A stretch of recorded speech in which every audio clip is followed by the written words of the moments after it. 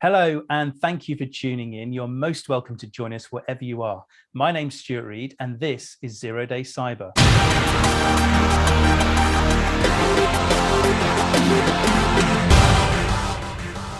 We explore different aspects of digital security on each show, and we examine what it could mean for you. Today's special guest in my virtual studio is Donna Leslie, Director of Talent and Culture at customer experience platform company Clarabridge. Hi there, Donna, and welcome to the show. Hi, Stu. Hi there, good stuff. Well, before getting started into the main questions of the show, I would like to ask you an unrelated icebreaker question. Now, this one has been kindly submitted by Jim, so big shout out to you. And the question is this: what bucket list item do you want to check off in the next 6 months? Oh, next 6 months. Oh, gosh.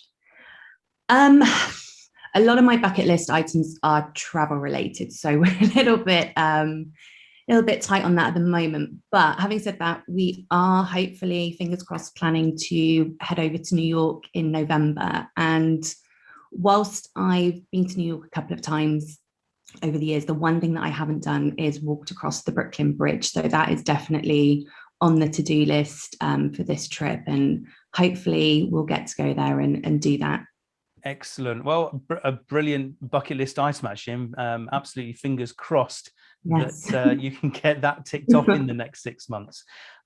But speaking of kind of the recent events that have happened from a global perspective, you and I talked right at the beginning of the pandemic, and you, like so many other organizations, were actively looking at ways to support your digital workforce. 1 year on, how's that been for you?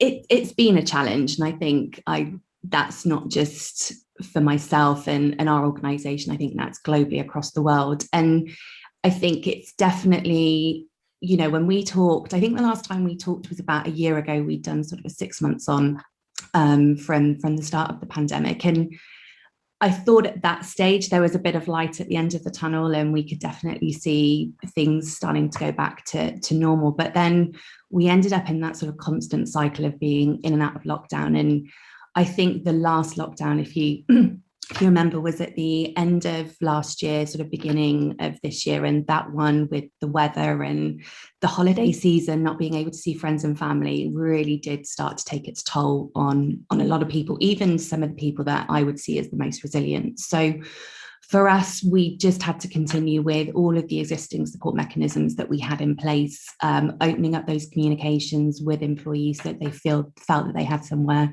to come and talk to, training our managers to be able to have those open and transparent conversations, and being able to signpost employees to where they could go to get additional support. So we continued with a lot of that. And also we talked, I think, a year ago about some of the more sort of physical wellbeing activities that we put in place over Zoom. So yoga, HIIT workouts, access to some of those online exercise platforms as well.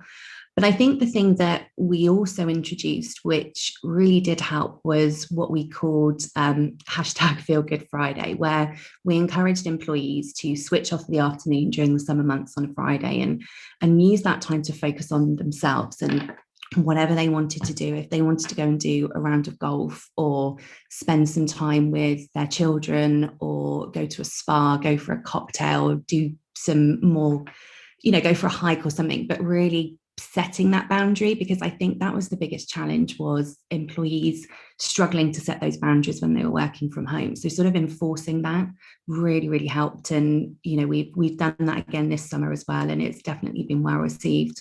You're probably echoing a lot of the way that a lot of organizations, other people are feeling as well. They're getting that work-life balance whilst working remotely. You also touched on kind of the mental health aspect as well, which, that's rightly coming to the spotlight in the year or so. And I think it's so important that people speak out, get the support they need, and have people that they can talk to, either in person or, some of the tools and techniques that you talk about are very much virtually driven as well. So it's very important that people still feel that they can be connected, even though we can't necessarily be in the same room at the same time. But as you said earlier, we're hopeful that there's a bit of light at the end of the tunnel there. So thank you very much. Now, One of the things that was also very prevalent in the last 12 months is that the headlines around remote workers and cybersecurity risks.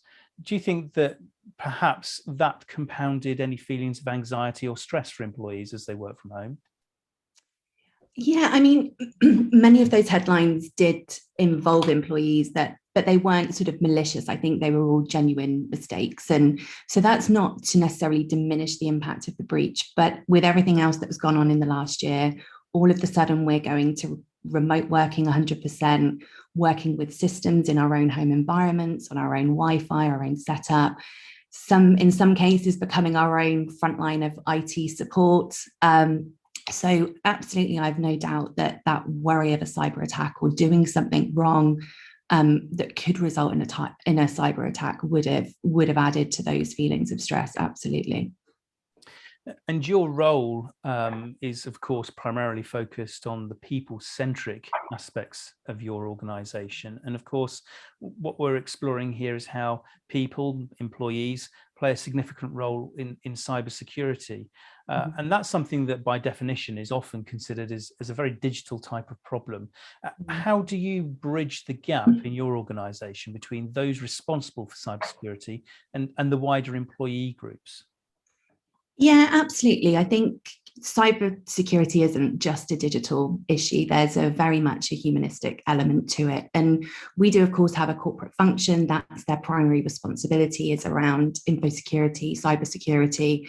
And we always continue to partner with them to make sure and ensure that we're educating employees on cyber issues, making sure that we are giving them the tools and the confidence. And I think that's really important, is that confidence to be able to spot and feel that they can come forward if they have suspected a breach or attack, and really foster that culture of a joint responsibility within the organization for cybersecurity. And I think the fact that so much of our workforce is now digitally enabled, it's something that we will continue even as we go back to the office. I think with everything that's happened, there's definitely going to be sort of a hybrid model. People aren't necessarily going to be back in the office full time. So I do think that all of these things will very much continue as we slowly start to go back to the office in whatever capacity and over how many days. And it's refreshing to hear those words of cybersecurity being that shared responsibility. And it's great to hear that that's the approach that you're taking within your organization, because the reality is that anyone that works with or uses data, and as you said, everyone in your organization, in many organizations, are digitally enabled now. It means that they do have to be cyber aware. And sadly, we're still seeing the evidence that some organizations perhaps feel it is someone else's problem, it's someone else's issue or a different department's problem to deal with. Now, for those organizations that are tuning in to our show today and feel that they want to foster more of this culture, as you've indicated, this notion of shared responsibility and cyber awareness among employees, what are the type of programs that you put into place that have been particularly successful? So for all new hires, they need to go through our online training as an absolute minimum within the first 30 days. And that talks to their responsibilities under cybersecurity. We also talk through it in our new hire orientation. So I think one of the things to bear in mind is when you're talking about it during a new hire orientation is that day one, that new employee is receiving a lot of information about the organization. That's why we follow up with that training within the next 30 days, just to make sure that comes back to front of mind as they're absorbing a ton of information. On top of that, our team actually send out monthly newsletters to, whether that's to talk about some of the latest headlines, what we can be doing, what the business is doing, what the responsibilities are, and also on a personal level as well, making sure that you're protecting your computers, laptops, phones on a personal level. So providing more of a wider support mechanism, not just to our employees, but also to their friends and families. We make sure that we're revisiting those policy documents on a sort of an annual basis, ensuring that they're clear, they're accurate, they're accessible. And I think the one fundamental thing is ensuring that employees know, and I just mentioned this, exactly who they call if they think that they have had their system has been compromised, so that we can make sure that we have that issue escalated and dealt with quickly. Excellent. Well, thanks for your insights there, Donna. Really appreciate your time on the show today. And thank you again for joining us. And with that, we close this episode of 0 Days Cyber. Thank you at home, of course, for tuning in. If you like what you saw, please do join us again. And of course, tell your friends and colleagues.